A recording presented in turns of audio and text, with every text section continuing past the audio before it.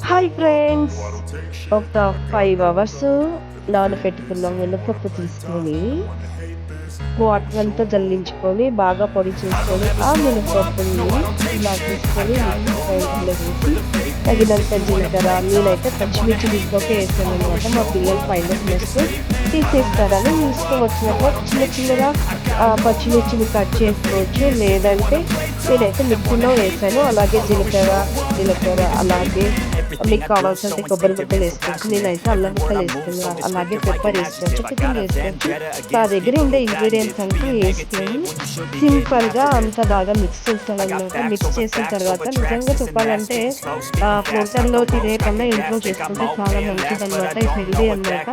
ఎందుకు ఈ మాట చెప్తున్నానంటే అక్కడ ఏ ఆయిల్లో వాడతామో అవన్నీ మనకి తెలియదు కాబట్టి మనం ఇంట్లో అయితే కొంచెం కొంచెమే చేసుకుంటాము. హైజీనిక్గా చేసుకుంటాం అనమాట. ఆయిల్ వేగిందా లేదా అనేసి కొంచెం ఒక ముక్క వేసి ఫ్రై చేస్తాను అనమాట. ఆయిల్ వేగిందనేసి ఇంకా చేత్తోనే వడలేసాను. చేత్తో వడలేస్తుంటే షేపులు సరిగ్గా రావడం లేదా అని అనుకున్నాను. తర్వాత అయినా పర్లేదులే అని ట్రై చేస్తాను. పర్లేదు, బాగానే వచ్చాయి. ఎలా ఉంటే కడుపులోకే కదా వెళ్ళిపోయేది అనేసి ఫైనల్గా వడలంటూ వేస్తున్నాను. ఫైనల్గా ఇంకా టీ స్ట్రైనర్ తీసుకొని దాంతో షేప్లో వేసాను. చేత్తో వేసిండేవే బాగా వచ్చాయి అనిపించింది. కానీ చెయ్యి కాలుతూ ఉందన్నమాట. అప్పుడప్పుడు అక్కడక్కడ ఆయిల్ చిట్లవడం వల్ల కాలుతుందనేసి ఇంకా ఫైనల్లీ స్ట్రైనర్తోనే ఎన్ని వడలు వేసాను.